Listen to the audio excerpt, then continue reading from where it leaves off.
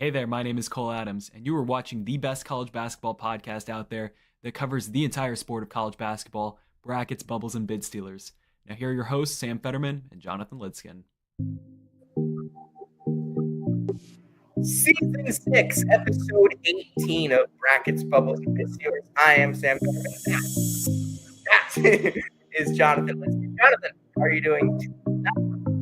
I'm doing all right. Is my lighting okay? Yeah, Okay. a little weird.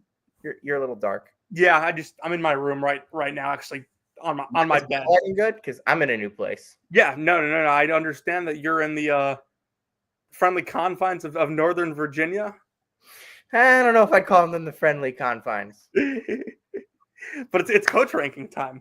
Always a fun part of the summer. This is one of our favorite parts of the summer every year. Jonathan, explain the process by which you use, because I get a lot of questions.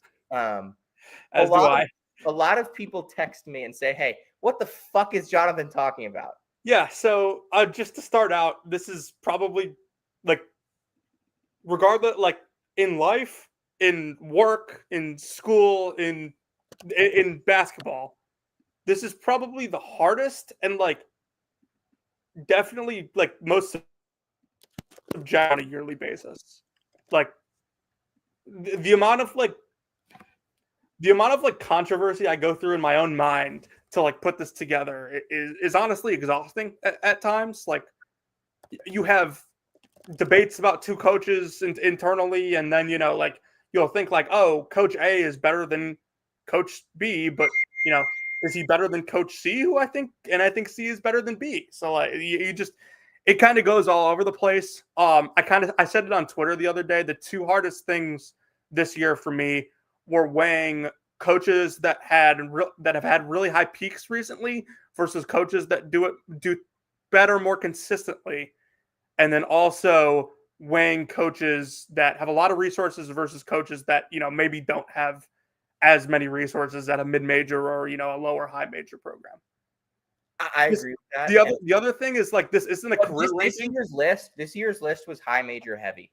I noticed it was, and you know why? I noticed it about halfway through. A lot of the mid-major coaches I have moved up to high majors. Ryan Odom, Will Wade, Ben McCollum. Yep. Would you like to start at the top, or do you have any more Yeah, the one other thing that I'll say is what I probably need to make more clear, and I'm not exactly sure how, is I'm not ranking, coaching careers here. Otherwise, John Calipari would not be down there at number 50. I'm currently ranking who I think are the best coaches in the sport. I think, the tough part is the amount of evaluation period that you take. Because honestly, some of these coaches, the last 3 years matters. Some of them the last 1 year matters. Some of them the last 15 years matters. Right. How am I supposed to take consistency over time? That matters. A coach that has been really good for really long, like Rick Barnes, Randy Bennett, they're going to be high on the list. But that doesn't mean that Grant McCasland, who's only had two years at a high major, but 2 really good years, maybe not quite as good as Rick Barnes' last 2 years, can't be right there on that list. Right. It's a really tough eval, and we'll get into that. And I'll talk a lot about Grant McCasland in a moment, as you know.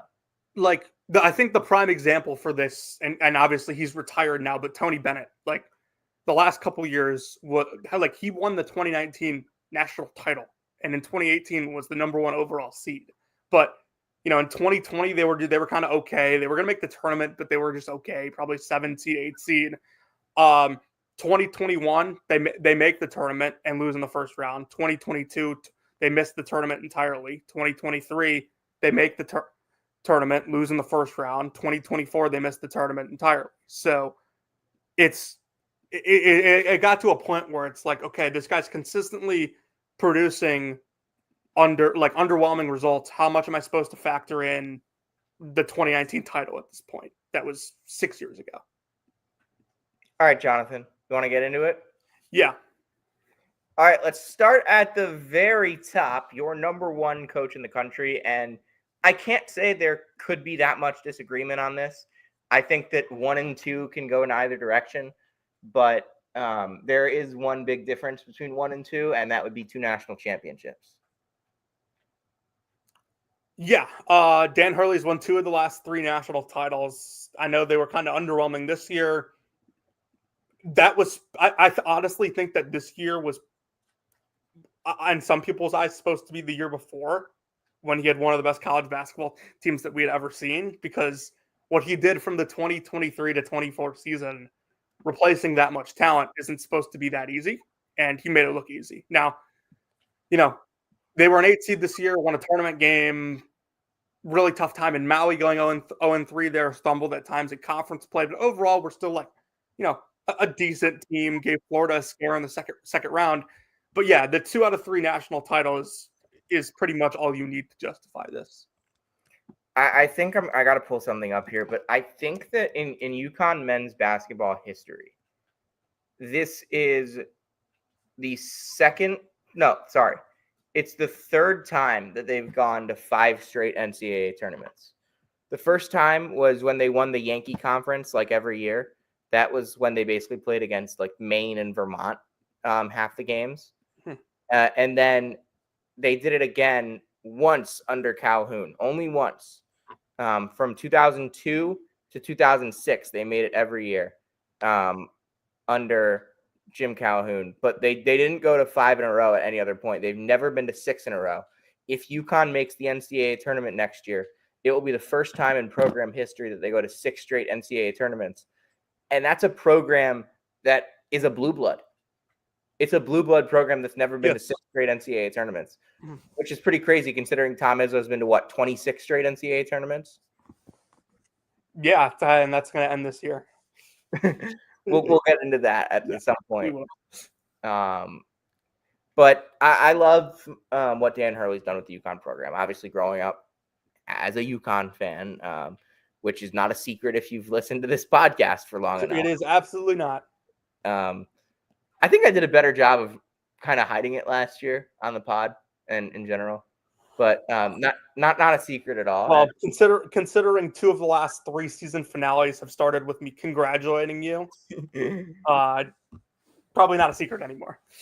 Yeah, just looking into what happened this season, they were they kind of got blown out in Maui. We know that, and then they go and they rebound their entire season with the Baylor, Texas, and Gonzaga wins.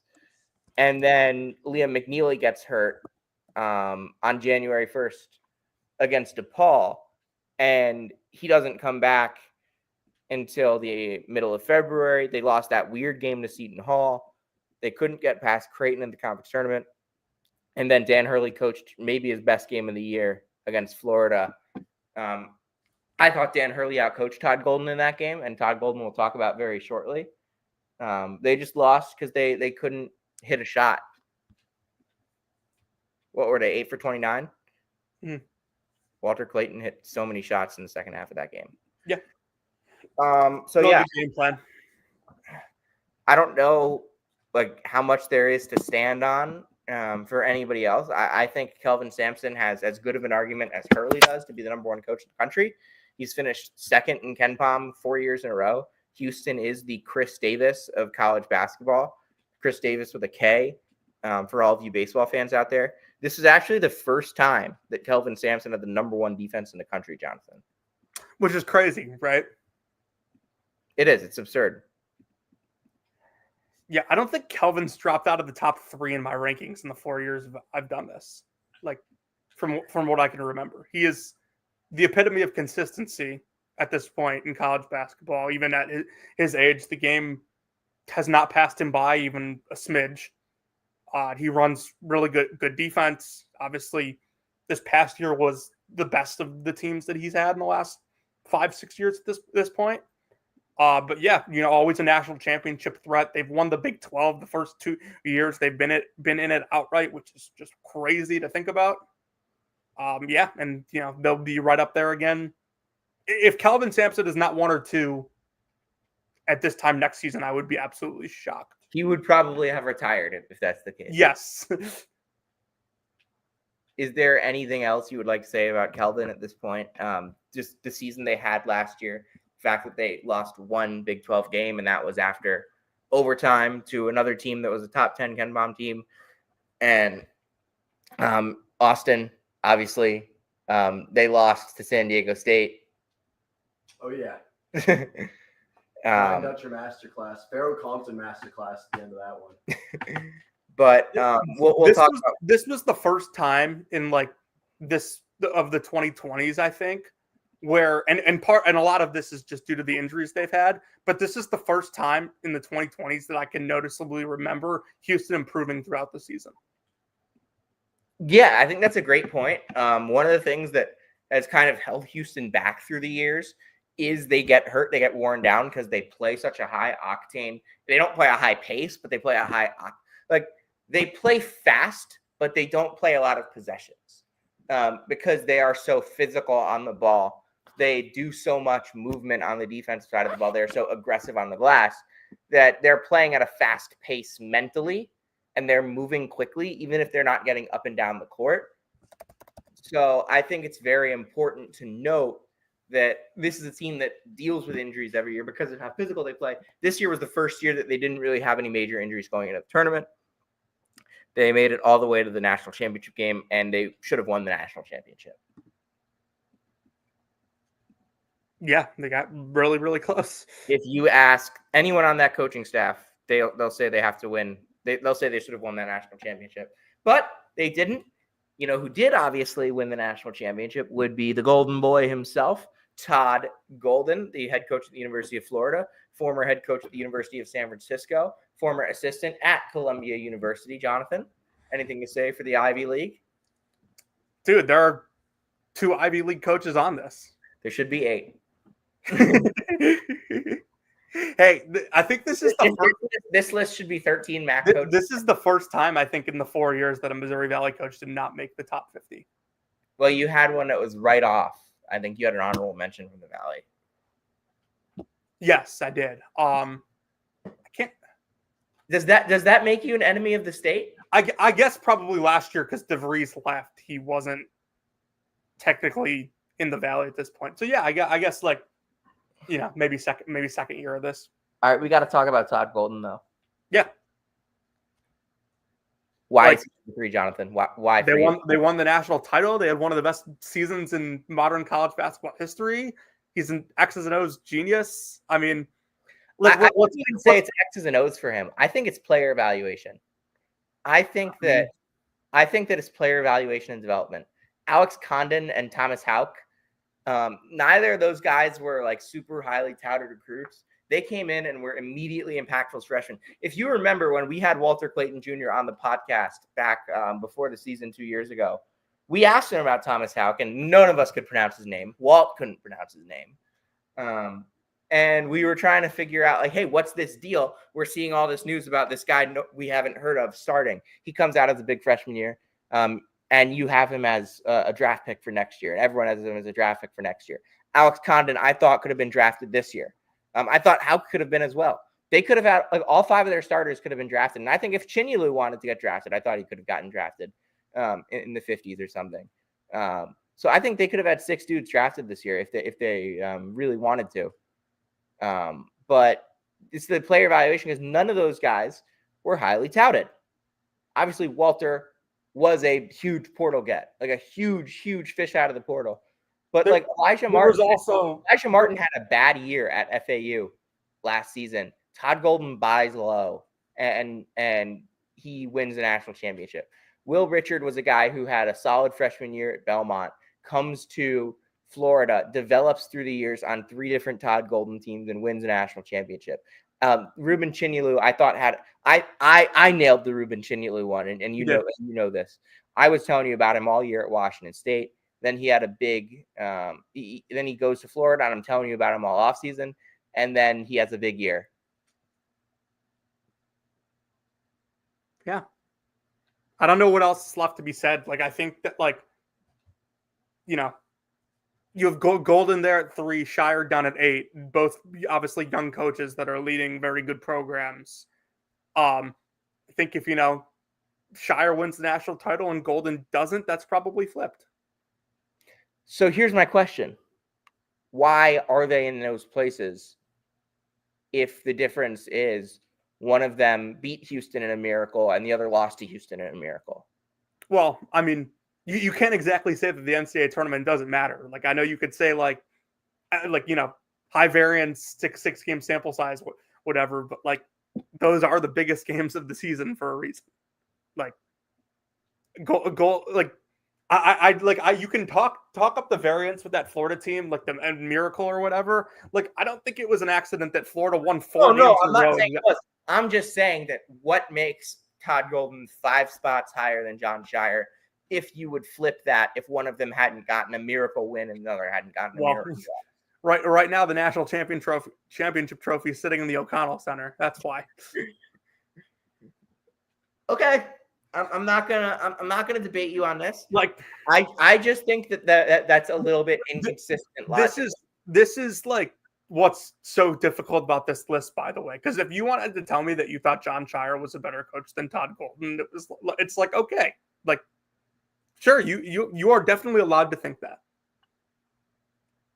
Matt Painter, let's talk about it.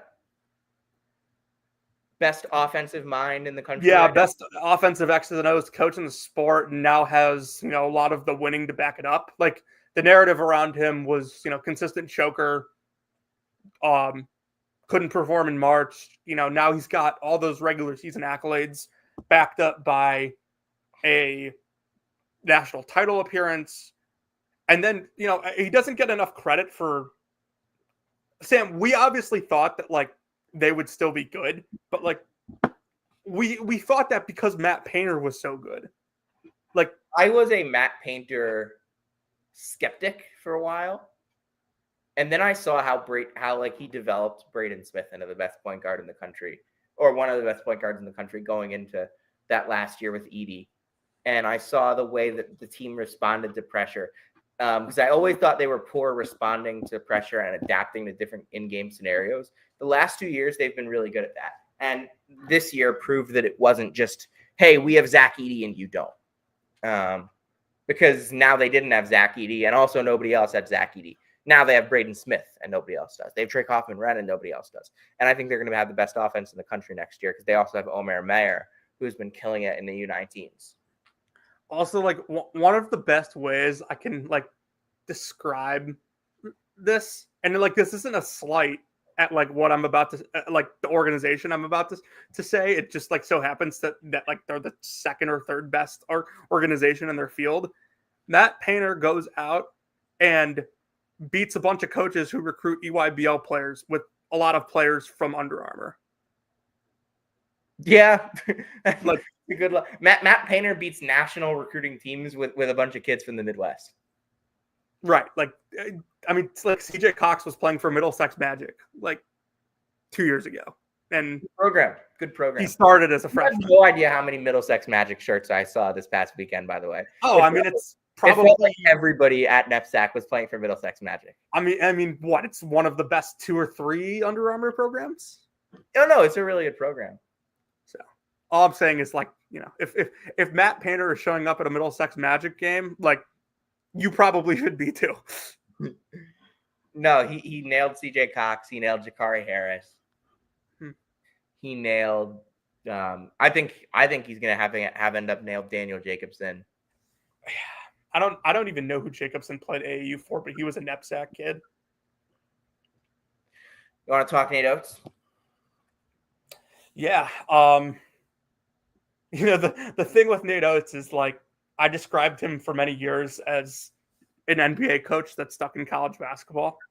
A lot of the stuff they do is very like NBA centric, but he makes it. He like kind of I don't want to say revolutionized the way that like college basketball teams played, but he certainly took a unique approach at the time to like the way college basketball was being played, and now he has taken that approach and been very successful with it. I mean, they've been to the second weekend 3 of the last 4 years. Math in basketball.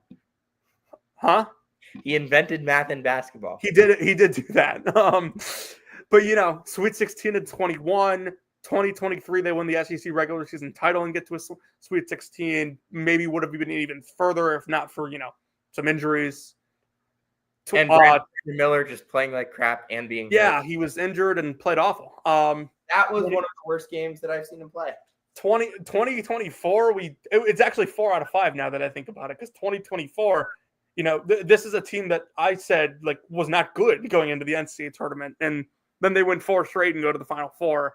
I still don't think that team is that good. And then last year, like you could say whatever you want to this, but that team went to the national title, I think, in a lot of years, and they were the 5th best team in the sport because we had a generational year. You could also say 6th if you like Tennessee. Yeah, perfectly reasonable. Speaking of national championships, here's a guy who has 1 or 2, depending on who you ask. Mr. White Suit himself, Slick Rick Pitino, is at number 6. It is 2. He cut down the nets after winning a national championship. You can take away banners. You can't take away feelings. You can't take away what actually happened. So, let's talk about Rick Pitino, because I think there might not be a better coach in the country. So at getting players and playing to and like playing to a style. Because Rick Pitino, if you watch a Rick Pitino team in 1996 and you watch a Rick Pitino team in 2026, they're going to do a lot of the same principled stuff. So I know the metrics didn't exactly like the St. John's team relative to like what their seed was, but Rick's been doing it for so long at such a high level that like you just kind of have to put him at 6, regardless of what the end of the season was. Like, it was a tough matchup. They lost. They still won, they won the Big East regular season title. They won the Big East tournament. The year before, they finished 21 in Ken Pom and missed the NCAA tournament. Yep. Obviously dominated at Iona. So I think relative to expectation, he's outperformed massively. Despite the fact that in the last half decade, he may not have some of the same accolades as the rest of the coaches in the top 10. Anything else on Rick Pitino? Yeah, I think what's important to recognize here is like we talk about what is the cutoff for like when you're evaluating a coach, right? Like at what point does like this accolade stop mattering to like this coaching ranking? I mean, look, here's my thing. I think that like Rick Pitino is so clearly still one of the best coaches in the sport that like what he did a long time ago still like has value. I mean, you look at the 2 national championships that he won, like 96, obviously that's one of the best college teams ever. 2013, another great team. Like, sure, maybe he's not having national championship teams every year, but like you watch the way he manages a game, you watch the way he recruits, you watch the way he commands a locker room, and the way he game plans. He's had some unbelievable game plans through the years, and he had a couple last year that were great. I don't think there's any evidence that he's any different than he was 10, 15, 20, 25, 30 years ago. Correct. Maybe a little more cachet these days. I mean, some of the quotes are just off the charts nuts. He's crazy. You have not lived until you have sat in a Rick Pitino press conference. Didn't he say he wanted to like jump into the East River last year? Yeah, he also said that he was going to play UConn at Carneseca. And he said that his team was slow laterally. So okay, into the 7 through 10 range. Jump out into the cold and get frostbite. Into the 7 through 10 range. Pearl. To my face. Sam. Yep. Where's Pearl? You a fan of the ranking? I'm not sure I'd have him at 7. I'm not sure I'd have him above Shire. So this is kind of what I'm talking about with like how do you measure, not specifically with Pearl versus Shire, but like how do you measure a coach that recently has had a couple seasons with a really high peak versus, some not so great seasons in between. And like obviously like Pearl is been more consistent than some of the guys in the teens and in the 20s who have accomplished a lot. But like, Pearl had a Final Four in 2019, Final Four this season. He has a number 1 team for a lot of the 2022 season, and they falter towards the end of the season and go out in the second round. I have been a long, long time Bruce Pearl disliker, I guess I'll say. But I think he's adapted beautifully in the last year or two. Like the first round loss to Yale was really unfortunate, but he can't exactly control his second best player throwing a punch and getting tossed before the first media timeout. And then obviously this year, like, make the jokes about like the age of the guys on the roster. That team played some of the most beautiful basketball I've ever watched. No, it was electric stuff. They were really fun all year. They were the best team in the country coming out of Maui. They were the best team in the country for a while. Yeah. Sam, let's talk about these like last three, and then we'll start to jump into like, you know, some tiers where we maybe talk about one or two. I don't really have anything to say about the next three. I think John Shire is tremendous. Like, clearly on his way to being like an all-time great coach. I mean, let's wait for him to win a national championship to say that. Like, Final Four. Like the fact that I can say, let's wait for him to win a national championship to say that. And like say, yeah, like I think it's going to happen like within the next 3 years. Like that kind of gives you a feeling of how I feel about the Duke program, how I feel about John Shire. This program is right now at the same level that it was with Coach K. Yeah, I mean, last year they had the team with the second highest ever KenPom rating. The year before, they go to an Elite Eight.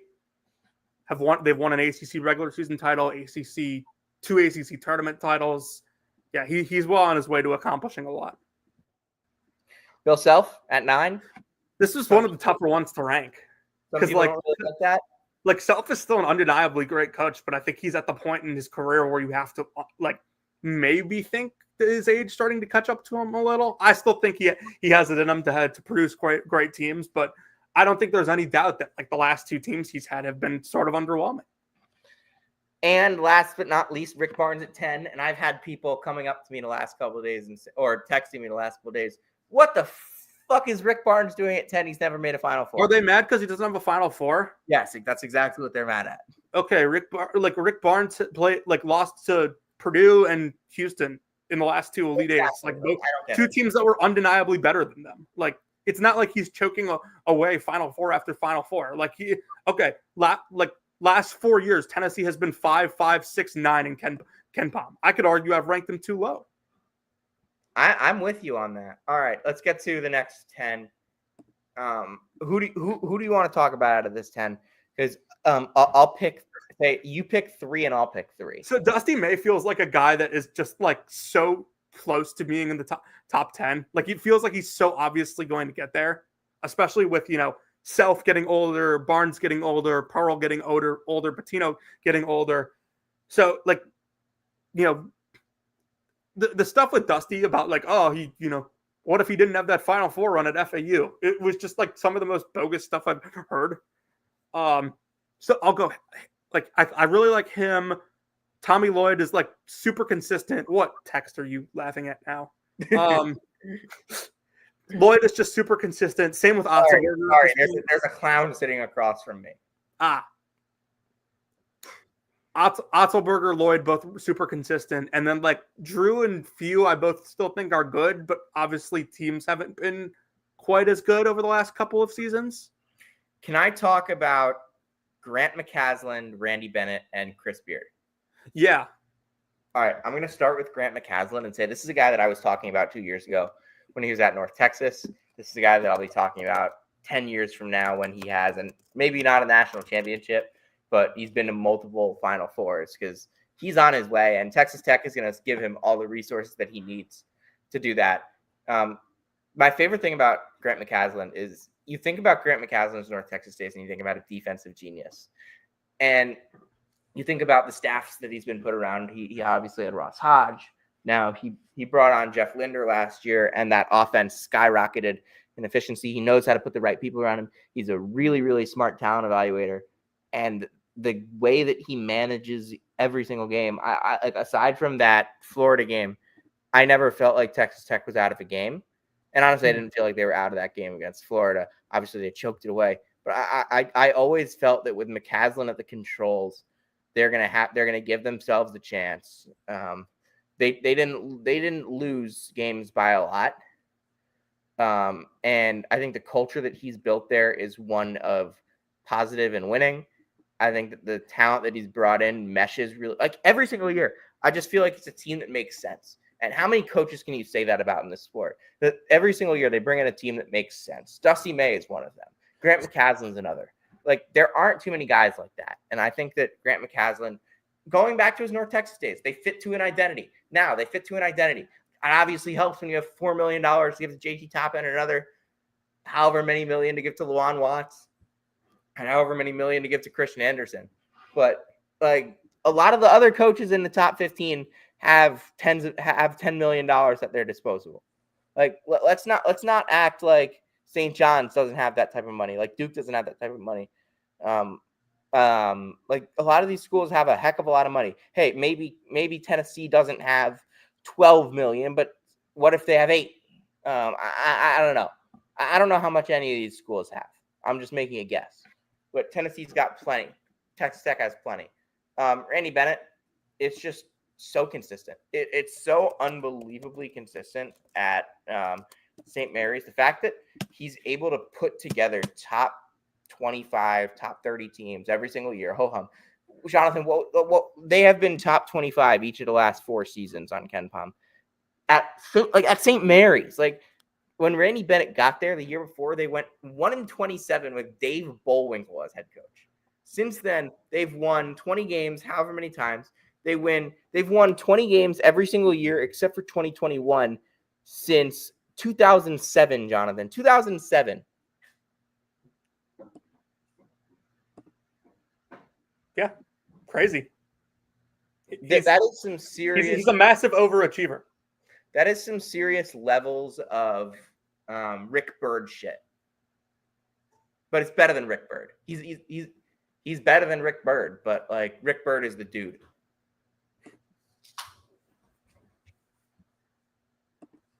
Anyone else here? Chris Beard. I still don't know if he's dodged the Mark Adams allegations, but like, who cares? Yeah. Mark Adams is back on his staff. Yeah, dude. Part of college basketball is being able to build a really good staff. Like, what team in the last, I don't know, decade of college basketball do you look at and are like, they didn't really have any assistant coaches that were like good? Oh, there's a lot of teams that I look at and say they didn't have any assistant coaches. They were good. I'm talking about national champions. Good, but there are a lot of staffs that I look at and say, "How did this guy make it?" No, like national champions. Oh yeah, no. Last 2 national champions have 2 of the best staffs I've seen in a long time. Right. You want to move on? Yeah. Tom Izzo at 21. You want to defend that? Like, obviously had a good year, but like, are people forgetting the last like 4 years before this? Let's pull this up. First of all, I just want to point out, yeah, like this past year, well, you would say Michigan State was a pretty big overachiever this past year, right? I would say a lot of that is having a freshman that comes on the scene that we did not think was going to be a one and done and turned into a one and done. Which, like, credit for the evaluation, obviously, right? And credit for the usage. That the thing about Tom Izzo is that he never puts freshmen in those big spots, and he did that immediately with Jace Richardson. Mm-hmm. Unless you are like really, really good. It was Jace Richardson's team by January. The counterpoint to that is like, do people not remember the year before? They were like a preseason top 5 team and like almost missed the tournament at one point.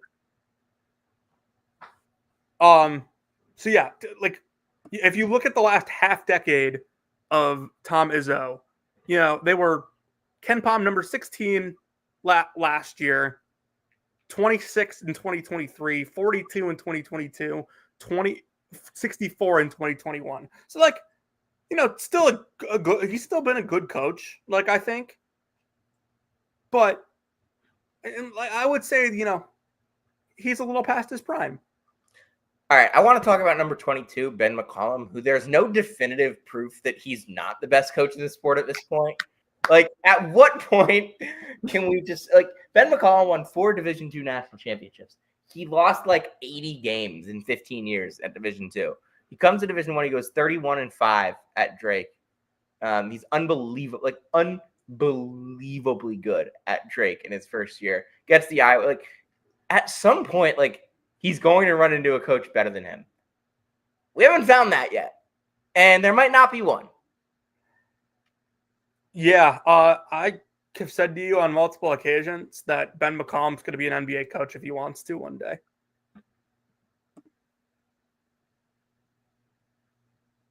He's just so good. Like, hold on, I'm watching something on the screen right now.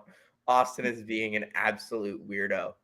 The only I'll talk about McCollum then. Like, the only reason he's not higher than this is because he hasn't been massively successful at a high major yet. Like, and it's gonna happen at Iowa sooner or later.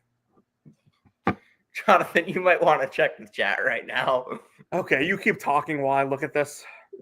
I do want to talk about Will Wade because Will Wade is awesome. He's one spot ahead of his mentor, or one of his mentors in Shaka Smart. So you look at Will Wade, what he did at McNeese, building a culture there. Like, it's not just, obviously they had a lot more money than anyone else in that conference, but like from day one, they were like the best culture in that conference, the best team in that conference, and it wasn't close. Like, to have that level of talent and to follow through and to like not slip up. Like, that team didn't lose focus. They were dominant, straight up dominant all year for 2 years. That means something. And then to like hiring Andrew Slater as a GM is a power move. Yeah. Like, that is a total power move. Like, they not only hired Andrew Slater, they released a picture of his face. Do you understand how much of a power move that is? Like, that's absurd. And then right after that, they bring in a huge transfer class. I know I said, like, hey, I'm not sure if I can see Will Wade getting to a Final Four at NC State. I said that on our coaching carousel one. After seeing this roster they built, seeing that they hire Andrew Slater and how much of an impact that has had, the staff that they've built, they're going to make a Final Four at NC State. It should say something about Wade and about Keats, who obviously was fired, that coming off of a Final Four last year, if you had asked me, if you had told me, hey, you're going to rank the NC State coach at number 26 next year, is it more likely that it's Kevin Keats or they hired somebody else? I would have told you they hired somebody else. You want to talk about Kevin Young and his genius strategy of going under Mark Sears ball screens, but you can't go over them either. So I guess some people were mad about his ranking in the Discord. Am I correct about that? Yes. What, I'm going to punish the guy for like one bad game plan? And to be fair, like I remember talking about this during the game with Jordan Majewski. Like, they came out of halftime, or I think it's like they came out of halftime going over, and they were torching him in the pick and roll. It was like there was nothing that they could have done in that game. They picked their poison, and they didn't have the personnel. Like, he took. What impressed me this past season most about BYU is, like, I was really high on them in the offseason. And then they didn't exactly start the season fantastically, and people kind of wrote them off. And then all of a sudden they went from like, oh, this team could get on the bubble in like January to like February, where like this team's going to be a top 7 seed. Like, they flipped the switch so fast, and we're playing legit top 10 basketball in a year where so many teams would have been top 10 teams in other years. You want to talk about the Pat Kelsey, Brian Dutcher debate that was going on? I don't think it was really a debate. Like, the guy sitting across the room from you just said that 24 and 25 should be switched, and I disagree. Like, I think Kelsey might be a better basketball coach, but Brian Dutcher played in a national title game 2 years ago. And followed that. And by the way, followed that up. Was coaching in the national championship game next year. Huh? Would it surprise you if Pat Kelsey was coaching in the national championship game next year? Oh, not even in the slightest. Would it surprise you if Brian Dutcher was coaching in the national championship game? Not even in the slightest. I already bet on San Diego State to win the national title. You're muted, but it's 150 to 1 right now. If you have any sort of interest in that, I don't bet, but you might have sold me on something. 150 to 1 on the team returning the Goons. Dude, I mean, you want me to go through it and read some of these teams that have better odds than them? If you say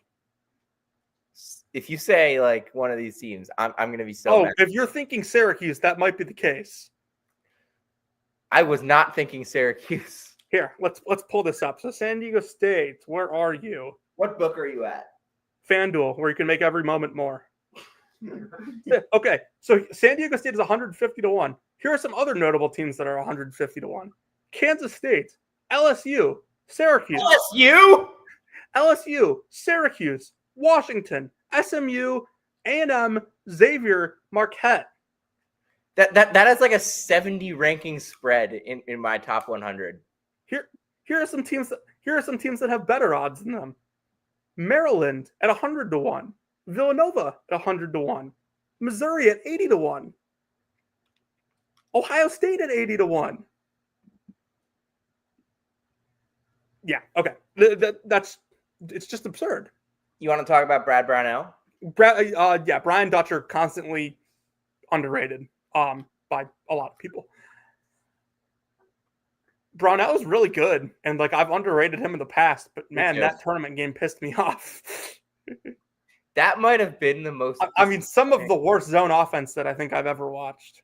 I think that might have been the worst NCAA tournament pick, like in terms of how bad it looked after 2 minutes ever. I don't think I've ever seen a 12 seed bury a 5 seed that quickly.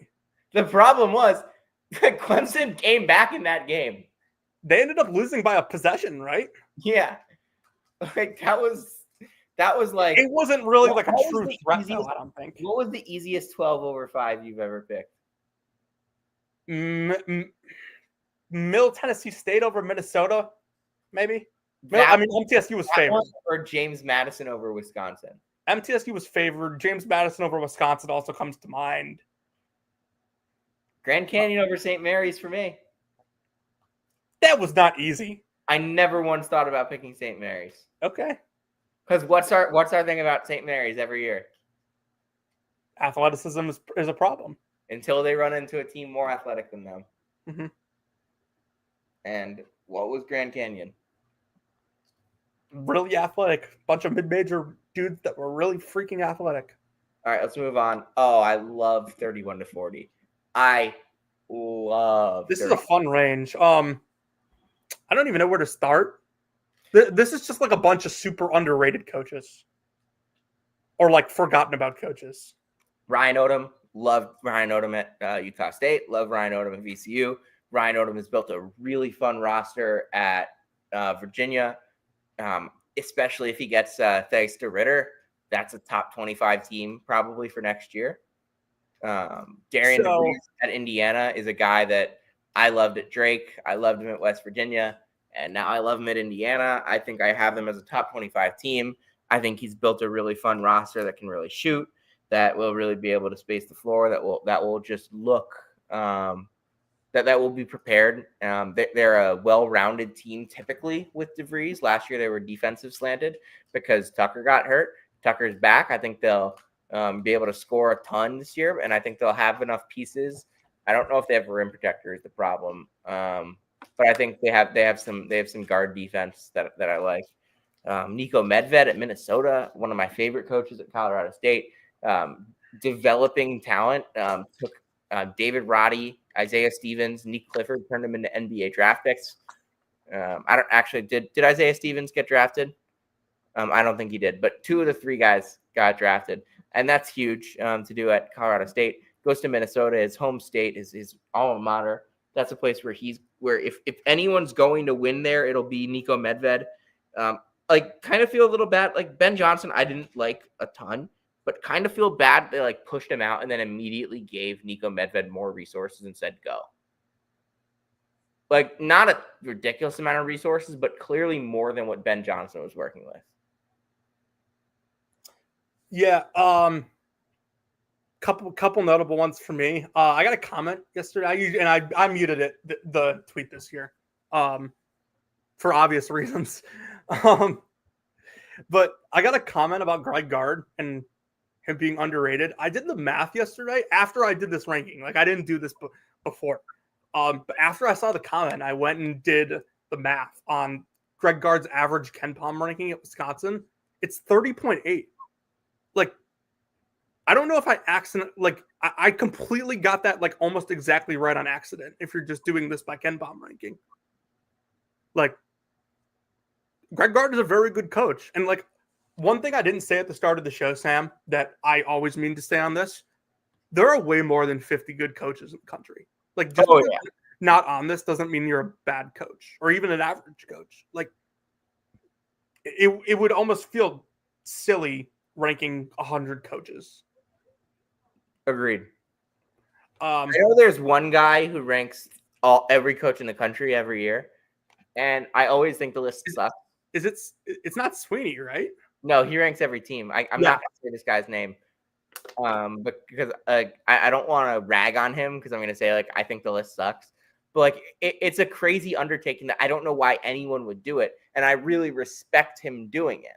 Yeah, I would I don't want you to like go to the list and send hate towards the list because it's bad. Like it's not a great list, but you wouldn't make a good top 362, 365.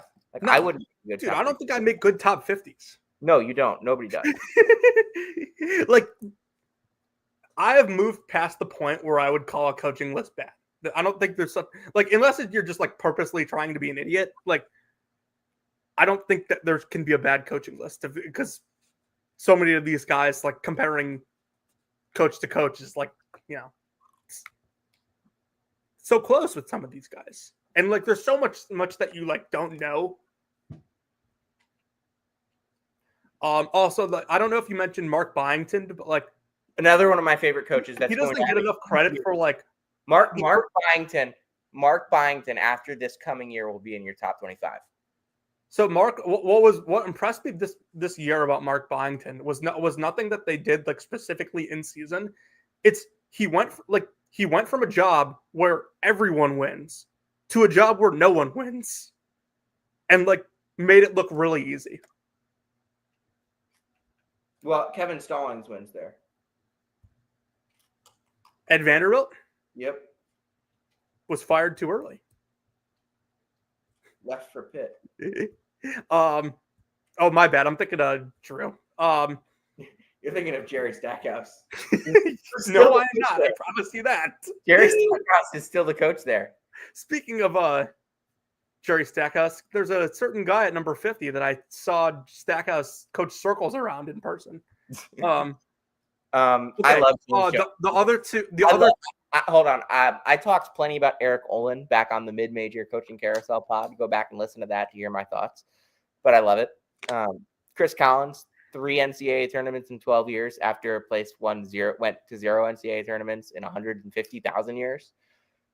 And like that's literally true. Like they did not go to an NCAA tournament for at least 150,000 years before Chris Collins got there. Sorry, they did not go to NCAA. How many years has the universe been a thing? Brendan? I have no idea. He's talking about how many years has the universe been a thing? we're locked in. 4.6, right? Yes. Is this like the professional? Is this like the professional podcast that like call to the producer when they don't know something? Because he can look it up real quick. Those are St. Joe's. But yeah, Northwestern had not been to the NCAA tournament for 4.6 billion years.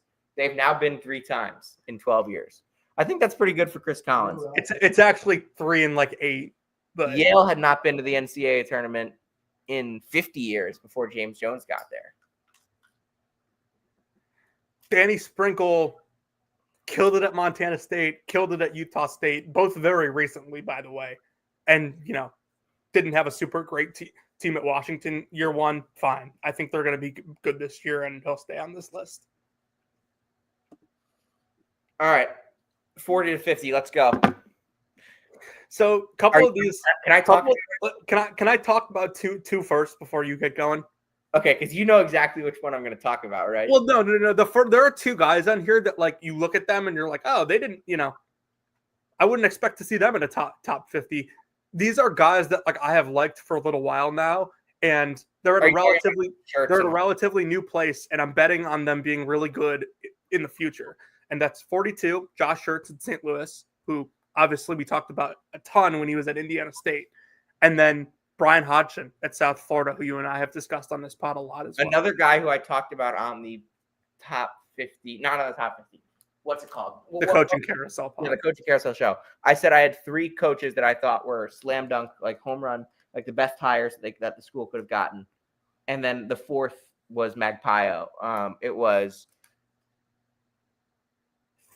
Eric Olin, Brian Hodgson, and Lenny Acuff. I was very close, by the way, to saying Mike Magpio for my honorable mention. Jonathan, are you there? Yeah, I'm here. You want to talk? But Magpie for your honorable mention would have been a good one, and definitely would have been allowed. Dennis Gates was a really hard rank because, like, he's had 2 really good years, one absolutely atrocious year. Mizzou fans have kind of come to the realization. I'm not saying it's a correct realization, but they've all come to the conclusion, I should say, that the Mizzou team would have been a lot better had the injuries not happened. In 2024 it was. Of course, I'm talking about John Tanji and Caleb Grill. Which, that by team the still way, would have been, that team still would have been bad. It wouldn't have been as bad, but they would have been bad. But yeah, he was a tough one. But Buzz Williams has always been a guy that I've really liked. Just really solid coach.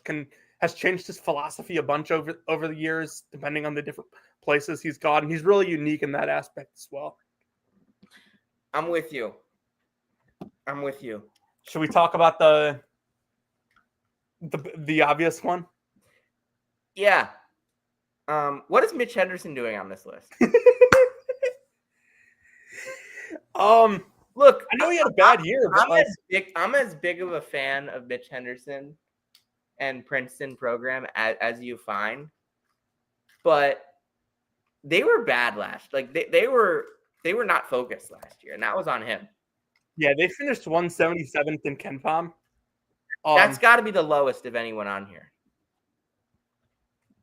Yeah, I would think quite easily. But by the way, but my thing with Mitch is like the last 3 years at Princeton, he's been 107, 91, and 69 in KenPom. But like, look at what Princeton is as a program. That's not crazy out of character. Compared to like what late 2010s? Like what the program has been doing for the last 25, 30 years. Oh yeah, sure. This may be more of a Pete Kirill would be in the top 25 if we did this list 25 years ago. But wait, hold on. Repeat what you just said. I mean, sure. Like Pete Kirill would be in the top 25 if we did this list 30 years ago. Like Bill Carmody had this program going pretty well. JT3 had this program going really well. Sidney Johnson had some good years. Was this pre or post Seth Davis saying that NCAA tournament expansion was a good idea? Because they've done it before. Okay. Hold on. No. I totally hear your argument. I just don't think you can watch. Like, how many Princeton games did you watch last year? 5, 6. How many of them did you come away thinking, "Wow, Mitch Henderson did a good job"? Probably none of them. I would imagine. So how is he in your top 50? Just because the last 3 years have been really good before this. But so but this year was so bad. He has to if you wanted to put him in last year, fine. He has to re-earn that spot. Like, I'm sure there's like another guy I could point to and say similar things. Like, no, I don't think there's a coach on this list. Sean Miller's there at 47. I think it's a very similar situation. I think it's a little different because he expected to have his starting center, and he got hurt right before the season and it threw them into a tailspin where they didn't have a 5. Mitch Henderson, obviously, like, it's different when you're building an Ivy League roster. But from literally day one of the season, they were relying on Xavier Lee to bail them out in every situation late in the game. Like Who wasn't their best player? well, Caden got hurt. Yeah. Caden was their best player 2 years ago, and Caden was really struggling before he got hurt. And then he got hurt. He came back, and he was bad. He was bad in Ivy League play. And the whole idea was here, Xavier, go, and it just didn't work. Like it was not like they did not have a plan. They didn't run their Princeton offense last year. They just told Xavier to cook. And they have the personnel to run. I think Mitch Henderson will re-earn his spot in the top 50.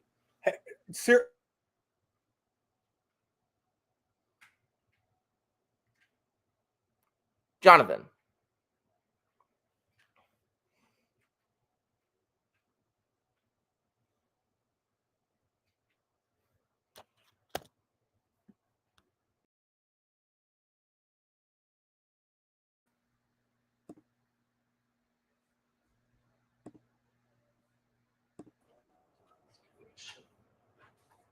Now Jonathan's gone. But all right, the last guy I want to talk about is Ross Hodge. The last guy I want to talk, Jonathan. Yeah. The last guy I want to talk about is Ross Hodge before I let you talk about John Calipari for a few minutes. Okay. I warned you guys 2 years ago about Grant McCaslin. As I said. You warned us like we were in danger. Well, you were in danger, and now you're in danger again because Ross Hodge was the defensive mastermind behind those teams at North Texas, and he has a burly style of play that is going to box in the Big 12.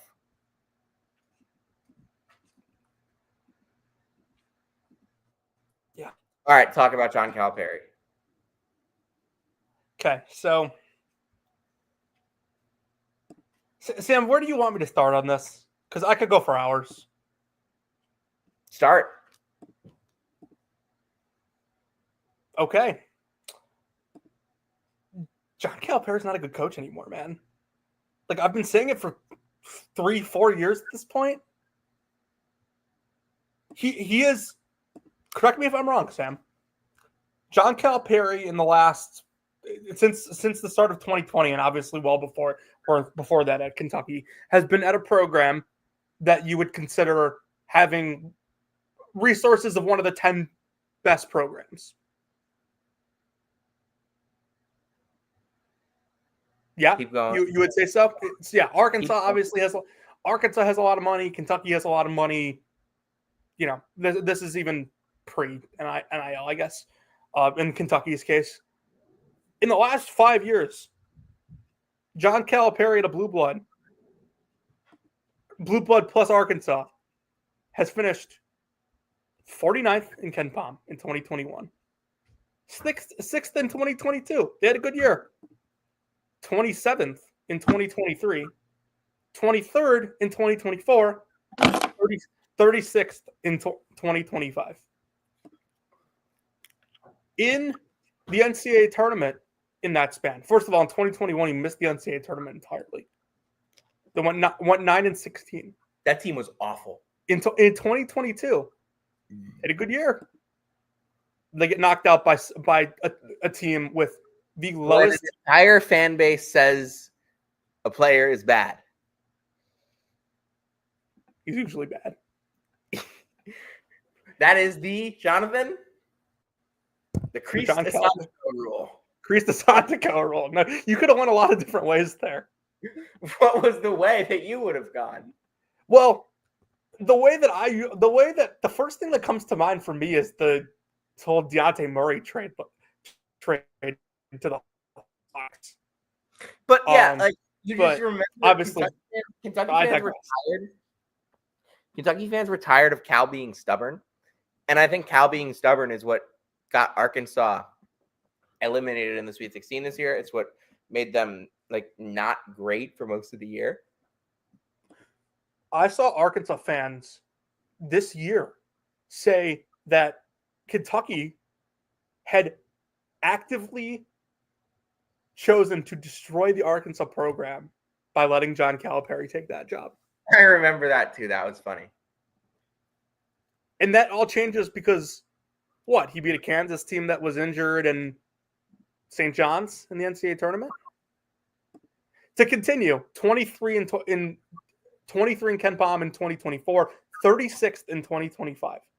That doesn't really sound like blue blood results to me. That doesn't sound like top dollar results to me. He actively chose to only recruit 8 scholarship players or whatever it was for this past season. And sure enough, when they had injuries, it hurt. In those years, they have lost NCAA tournament games to St. Peter's, Oakland, Kansas State with Jerome Tang. He got massively outcoached. And then Texas Tech, they blew what, a double-digit lead late in the game? I mean, that game was over. Oh, Jonathan, I just got word. He just used that timeout. He did. John Calipari just called timeout. He had that timeout in his bag for 5. that pregame Empire tweet is one I will remember for a long time. Pregame Empire is, if we did a list of top 20, top 50 tweeters, he would be in the top 10. College basketball tweeters, easily. Just tweeters. Listen, if I was ranking active college basketball coaches by, career achievements, like their career accolades, John Calipari among active coaches would quite easily make the top 5. In 2025, I think the only thing keeping him in the top 50 is recruiting. Mm-hmm. No, dude. Nobody. Okay, you know what blows my mind? Not a single person had a problem with Hubert Davis not being in the top 50, and he got a 1 seed last year. All right, Jonathan, you want to go? Yeah, Sam. This has been a lot of fun. Thanks to everyone who watched the pod. Hold on. Mitchell, get over here. Get over here. Is Mitchell taking us home? What do we got here? We got my guy Austin Mitchell, and Sam, honorable mentions. And we've got this guy who I don't know. Tom Brendan. Brendan Maynard here. Do we have anything to say? Brendan's got Brian some Earl is going to be on this list in 2 years. Wouldn't be surprised.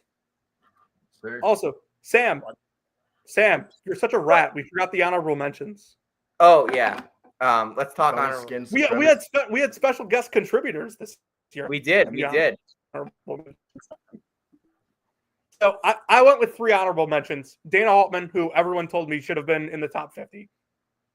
I'll own that one. Might have been a mistake.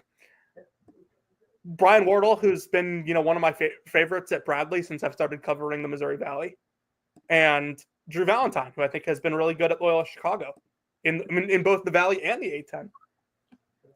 So, Sam, your honorable mention was Jared Calhoun. I thought that was a good choice, by the way. I love Jared Calhoun. I thought he had a tremendous year at Utah State. But, everyone wins at Utah State, so I don't know if you can put him in the top 50 off of 1 year. Let's wait till he gets some other, low profile, high major West Coast job that opens. Or if he just keeps winning at Utah State. Down him with Richard Pitino. Dude. I still can't believe that one of our biggest, errors in coaching evaluation since we started doing this podcast is that we basically crucified Stanford for letting Mark Madsen go to Cal. And 3 years later, Stanford's coach, which is not Mark Madsen, is in my top 50. Yeah, that was a problem. And Mark Madsen didn't have a sniffing chance of making this list. Okay, I like Tad Boyle, but I don't see him as an honorable mention at this point. And I don't think Anthony Grant should be an honorable mention whatsoever. Anthony Grant was the one that I'm just like, and I used to really like Anthony Grant, but I thought Austin's choice of Chris Gerlifson rocked. You didn't like his first choice? Who was his first choice? Dwayne Simpkins. Very good coach, by the way. Look, I think Dwayne Simpkins is a great coach. I've talked to him. He's a great guy. Let's pump the brakes. But also, the point. If you're gonna choose a Patriot League coach, it's Matt Lang. Which, by the way, Matt Lingle and John Becker were both in my top 50 last year. Both had down years. They had bad years. I shouldn't even say bad, just down years. Lango had a bad year. Yeah. Also, just so you know, the point of the honorable mention is not just to name like the next 10 best coaches in the sport. It's, to try to throw some guys out there that are maybe underrated or, don't get talked about a lot. So Sam went with Jared Calhoun. Pat Dallahan goes with Richard Pitino. Good coach. Not a huge fan of him, but understand the people that are. Michael DeRosa. What? He's grown on me. Yeah, I'd say me a little bit too. Michael DeRosa goes with Tony Skinn, who I think would have been Sam's, except he actively said that he can't choose someone who employs a member of the Weeps family. Which, by the way, still, I told that to the chat in confidence. Which, by the way, still waiting on CJ's mom to get me my critiques. I'm very excited for those. She printed out a list. I need these critiques. That. We already said Austin went with Chris Gerlofson. Kevin Fielder went with John Jakes, who is I think, up-and-coming. Oh, he went with John Jakes. John Jakes is the Cornell coach. You're right, dude. I'm such an idiot. Well, remember when Jakes got the job, I think we pronounced his name like incorrectly, like on the first 5 shows that we talked about him. What do we call him? Jacuz? I don't even know. I think it changed every time. Jacus? So yeah, then Cole goes with Tad Boyle, who I've always been a pretty big fan of. Obviously, tough situation there at Colorado. And then CJ went with Anthony Grant, who I wouldn't exactly say I thought it was a great choice, but Anthony Grant has done some nice things in the past. Hey, did you know that former Dayton coach Brian Gregory is now the GM of the Phoenix Suns? I did know that, actually. All right, Jonathan, you want to take us home? Yeah, if you came to hear about Tyler Self and where he's working, you came to the right place. If you came to see Sam get distracted by St. Joe's on NCAA college basketball, you came to the right place. And if you came to hear about the latest happenings, you came to hear about no definitive proof, you came to the right place. Yeah, there you go. And if you came to hear about the latest happenings with Caleb Grill, you came to the right place. This has been season 6, episode 18 of Brackets, Bubbles, and Bid Stealers. We'll see you next time.